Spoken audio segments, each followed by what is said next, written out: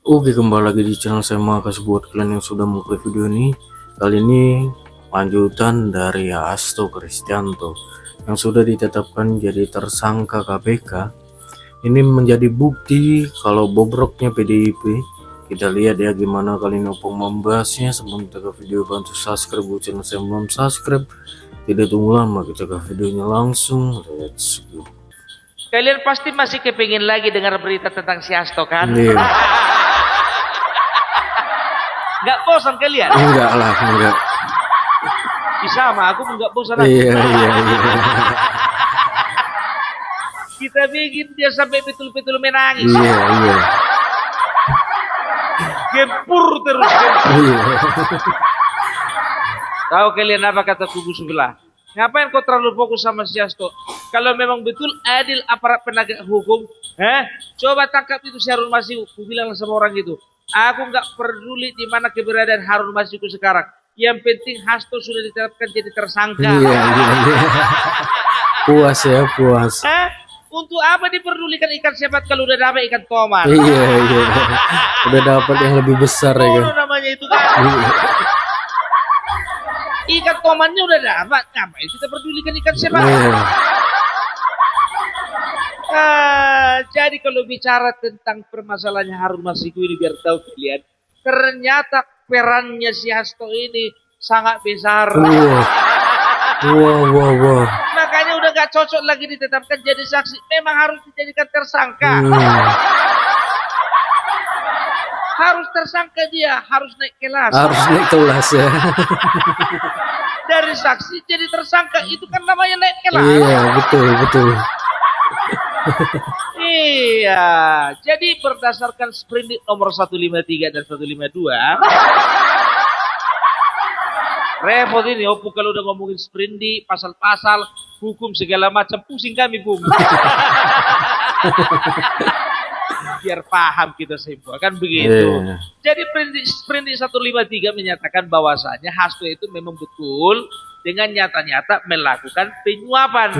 Kan begitu. Sprindik 152 mengatakan bahwasanya Hasto itu melakukan obstruction of justice atau perintangan terhadap proses penyidikan. Ya, jadi satu-satu dulu kita. Ternyata, biar tahu kalian, perannya si Hasto ini ternyata sangat vital, ya.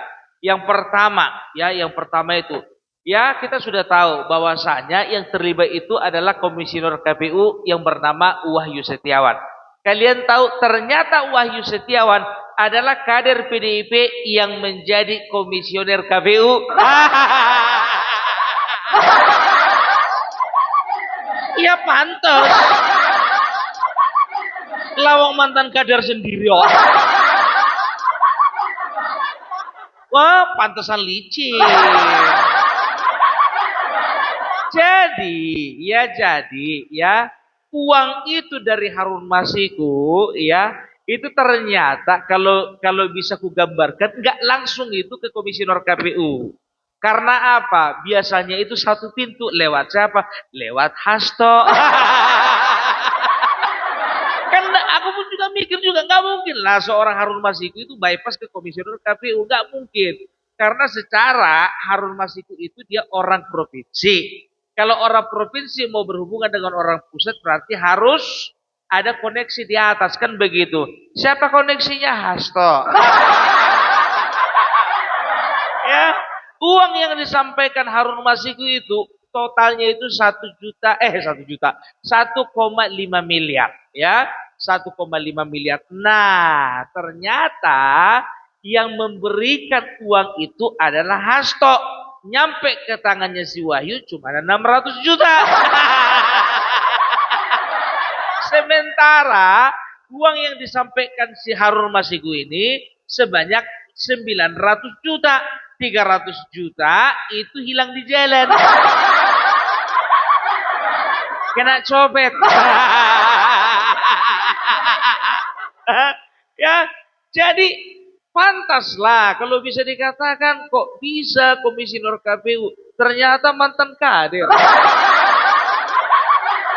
Ya, jadi bisa ada dua orang ya setelah Wahyu Setiawan atau sebelum Wahyu Setiawan ditetapkan sebagai tersangka. Ada 2 orang ya yang juga sudah ditetapkan jadi tersangka dan sekarang sudah mentekam. Yang pertama bernama kalau nggak salah namanya Saiful. Baru yang kedua itu kepanjangannya DTI singkatannya. Nama panjangnya itu kalau nggak salah Dwi Trikora apa ya, lupa aku namanya. Aku kalau nama-nama orang tua yang suka jadi tukang suap ini agak susah menghafalnya aku. Pokoknya kependekannya aja lah DTI. Ya, jadi sudah ditetapkan menjadi tersangka. Ya, aku pun mikir juga selama ini, kok begitu gampangnya komisioner KPU menjadi tersangka kan begitu. Ternyata ya sudah berhubungan lama dengan yang namanya Hasto kan begitu. Ya, bosnya juga sih. Ya, jadi bisa dikatakan yang melakukan penyuapan itu langsung adalah Hasto Kristianto. Loh, kok dia yang melakukan penyuapan? Ya mana bisa si Harun Masiku itu bypass langsung sama Wahyu Setiawan. Pasti lewat Hasto.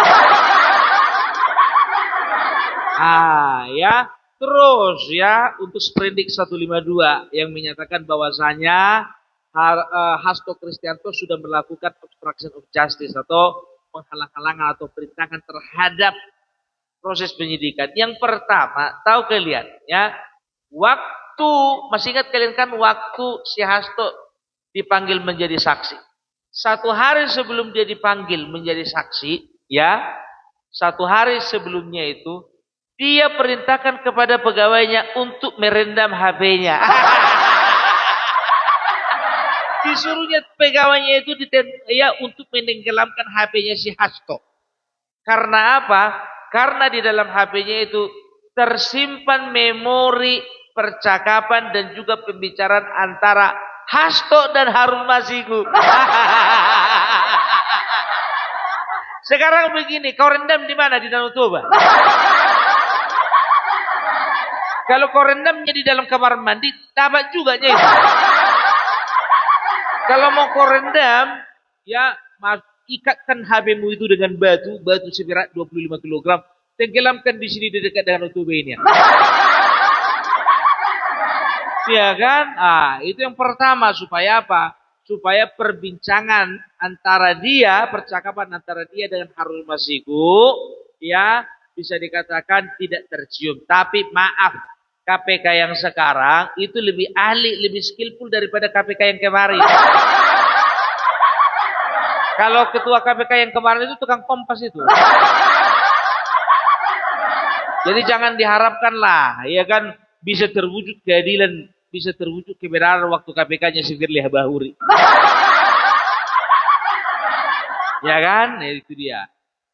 Sekarang ya yang kedua, ternyata Hasto itu sudah mengatur saksi-saksi yang akan ditanya, ya, dan juga dia sudah men-setting supaya mereka memberikan keterangan palsu. Toh, ganjel toh. Alas si Hasto iki. Sampai dikit berarti biangnya iki. Ya kan? Ya ini biangnya namanya ini, biar tahu kalian ya. Ternyata semua ini campur tangannya si Hasto. Berarti aku itu tidak pernah salah kan? Dari mulai Juni kemarin aku selalu katakan sama kalian, cepat atau lambat yang namanya Hasto Kristianto pasti ditetapkan jadi tersangka. Karena apa? Yang namanya Harun Masiku itu cuma pancingan aja itu. Sampai Adian Nabi Tupulu berani mengatakan bahwasanya yang namanya Harun Masiku itu sebetulnya bukan pelaku. Dia itu korban pemerasan. Sekarang begini Adian, kau di mana batang hidungmu sekarang? Kalau memang dia korban pemerasan, kenapa enggak dia yang lapor polisi? Kenapa malah dia jadi buronan sekarang? Kau kira kami bodoh? Kau kira kami yang mendengarkan ocehanmu itu bodoh? Cukuplah orang-orang yang memilih kau itu bodoh. Aku bilang sama kalian ya, Adian Nabi Tupulu, Deddy Sitorus ya, makin lama makin terang benderang 2029 kita lihat pemilihmu itu masih bertahan atau enggak. Kalau memang masih bertahan memilih kau berarti jago kau.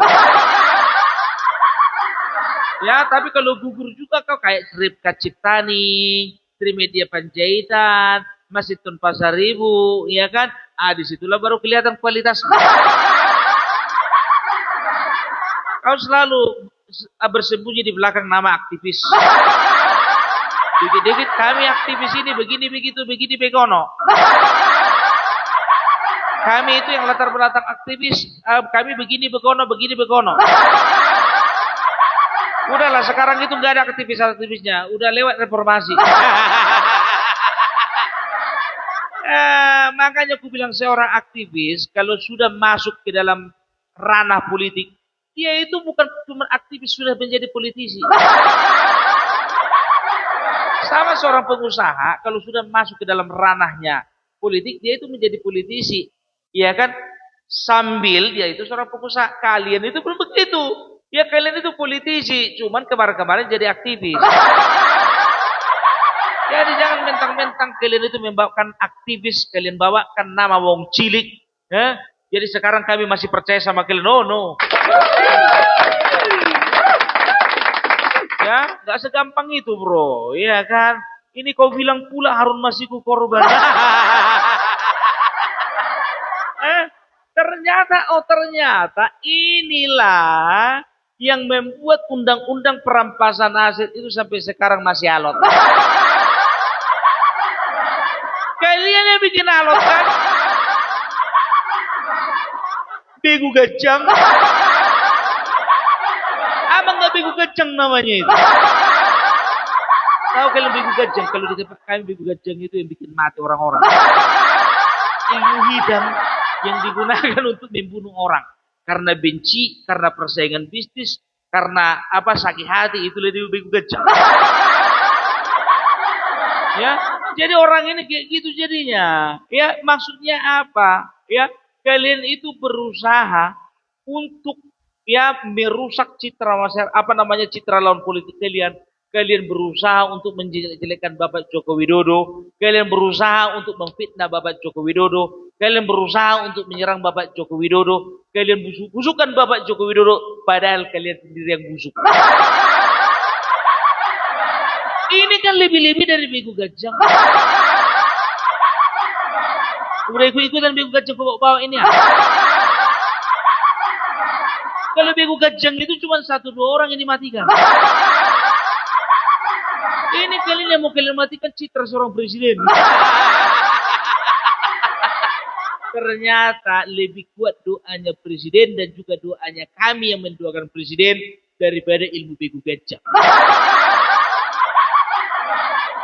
Iya, jadi tolonglah ya. Sekarang begini ya. Ini kalau berbicara dari sudut pandang politik ya, dari sudut pandang politik. Ternyata yang namanya Bapak Joko Widodo ya itu nggak bisa dianggap remeh. Jadi sebetulnya biar tahu kalian ya, sewaktu Bapak Joko Widodo menjabat menjadi presiden, dia sudah tahu mana kawan-kawan busuk. Ngerti kalian kawan-kawan busuk? Kawan-kawan busuk itu kawan-kawan yang sebetulnya melakukan tindakan-tindakan busuk. Terpaksa jadi kawan karena apa? Karena dia ada di dalam lingkaran itu. Kan begitu. Mau dia bongkar aibnya, ya dia masih jaga perasaannya ketua umum. Mau dia bongkar aib-aib kawan-kawannya ini, dia masih jaga bahwasanya dia masih bagian dari partainya mereka. Kan begitu. Nah, jadi sekarang terungkap satu persatu, itu artinya apa? Itu artinya Bapak Joko Widodo sedang menyelesaikan PR-nya yang tertunda.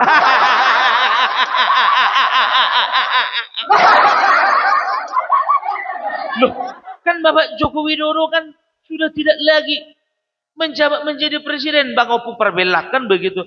Tapi dia tetap politisi. Dia tetap seorang negarawan. Dia tetap punya power. Dia tetap punya pengaruh. Ibarat kata, andaikan kau itu seorang jenderal, ya kan, kau itu contohnya sudah purnawirawan, ya, kuasamu itu masih lebih besar ya di balik layar, lebih besar di balik layar. Di balik layar bisa-bisa kuasamu itu lebih besar daripada letnan kolonel yang masih aktif. Namanya siapa? Makanya aku bilang, ya berapa kali aku bilang sama kalian, jangan kalian lupa Bapak Joko Widodo gitu-gitu, itu bapak kandungnya wakil presiden. Dan dia sampai sekarang masih bestinya Prabowo. Kalian ganggu temannya, habis kalian. Kalian ganggu bapaknya, ngamuk wakil presiden. Yang kalian tengoknya slow-slow itu Mas Gibran Raka Buming Raka, slow-slow itu berbahaya. Makanya dikatakan air tenang menghanyutkan, air beriak tanda tak dalam. Kalian perhatikan Bapak Prabowo, perhatikan Mas Gibran, perhatikan juga Bapak Jokowi. Tenang, slow, diam, tapi menghanyutkan. Air beriak tanda tak dalam. Tahu artinya apa? Beriak itu agak ribut kan begitu. Ada riak-riak, ada ombak-ombak begitu.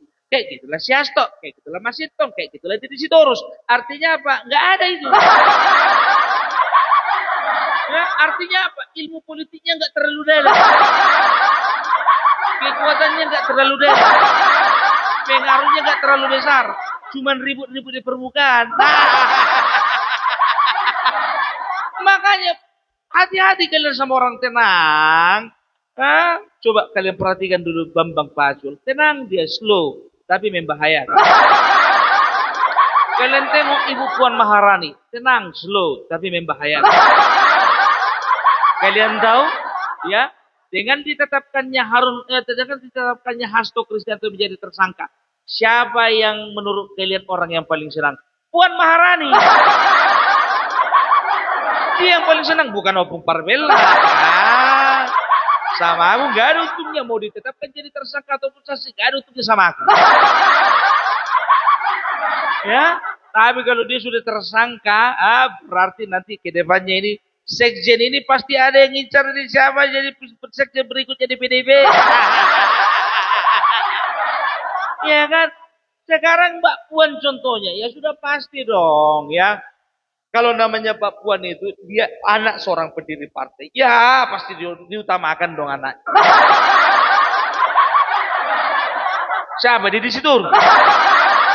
Jadi sekjen. Kita lihat nanti. Makanya aku bilang, banyak para netizen dan juga banyak orang-orang mengatakan, kalau PDIP ingin maju, ganti itu yang namanya Hasto. Ganti, ya kan? Ya cuman inilah cara alam semesta. Aku nggak berani mengatakan cara Tuhan ini. Aku pinjam aja kata-kata. Ya biarlah alam semesta.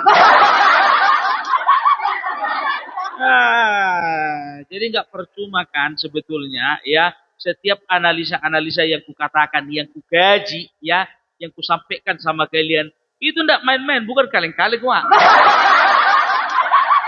Percaya aja lah kalian, lebih percayalah kalian sama Bung Parbella daripada Rocky Gerung. Kalau statusku jadi sama Rocky Gerung, itu sama-sama YouTuber biar tahu kalian. Lihat aja postingan dia lebih banyak dari aku, nampak kalian ngejar sama uang.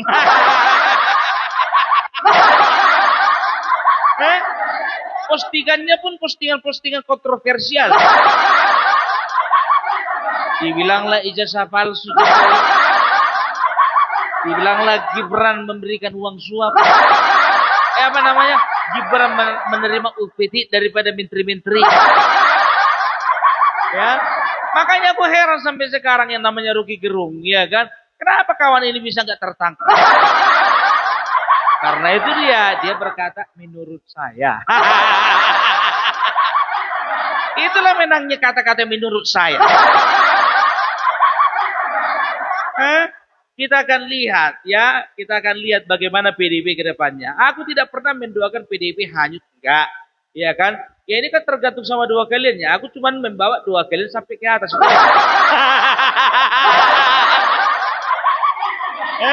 Kita akan lihat bagaimana eksistensi PDIP 2029. Ini enggak, ya dibilanglah Bapak Jokowi kepingin jadi ketua umum partai PDIP untuk apa? Enggak perlu.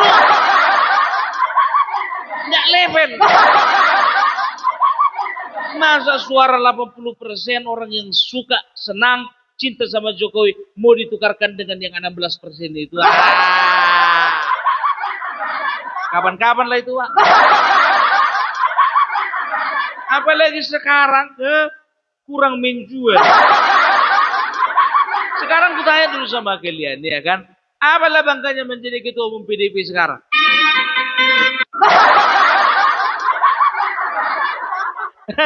Sekarang gitu, pusing biar tuh kalian. Ketika seseorang pernah merasakan kekuasaan, apalagi hampir 10 tahun, tiba-tiba nggak berkuasa lagi, nggak punya power lagi, nggak punya pengaruh lagi dan dikejar-kejar. Itu adalah waktu-waktu yang paling malang.